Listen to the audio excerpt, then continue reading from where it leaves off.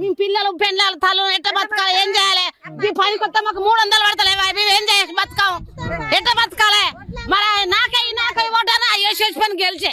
అక్కడ బాయే మంచిగా చేస్తున్నాడు మీ ఎమ్మెల్యే పనితీరు మరి ఏది మంచిగా చేస్తా మాకు చీర పంపితే చీర కట్టుకుంటే అది తిరిగిపోతాయింది ఊకిన పలిగిపోతాయింది మరి మాకు సన్న చీరలు పంపితేంది మాకు ఇక పని కొత్త పైసలు పడాయా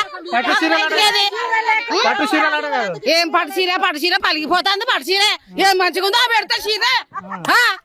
మాకు మంచి పంపాలంటే ఏది లేదా ఓషోళ్ళకు 500 ఎత్తాం 2500 ఎత్తాం 2500 రావా 500 రావా ఏమి రావా మరి మేము ఎట్లా బతకాలి ఈ పని కొత్త మాకు పైసా అవి పడతాయి 500 పడతాయి అన్నది 500 అయ్యి మహిళా సంఘాలకు మాకు పైసలు అయ్యి మీ మహిళా సంఘాలకు 500 వేస్తా 2500 అన్నది నెలకు మరి మాకు అయ్యి మేము ఎట్లా బతకాలి గ్యాస్ ఉంచుతామన్నది ఫ్రీ బస్ వస్తే మేము జాబ్ చేసే వాళ్ళకి ఫ్రీ డ్యూటీ చేసే వాళ్ళకి ఫ్రీ అది బస్సు మీ అన్న డ్యూటీ చేస్తానవా పోతే బాయి కాడికి పోతకి కోలికి మాకు ఫ్రీ బస్సు మాకు ఏమిటికి జాబ్ చేస్తే ఫ్రీ మాకు ఇల్లు లేదు ఏం లేదు అయ్యా కట్టం చేసుకొని పోతానా మేము అయ్యా విశ్వాసం వచ్చి మాకు ఏం చెయ్యలే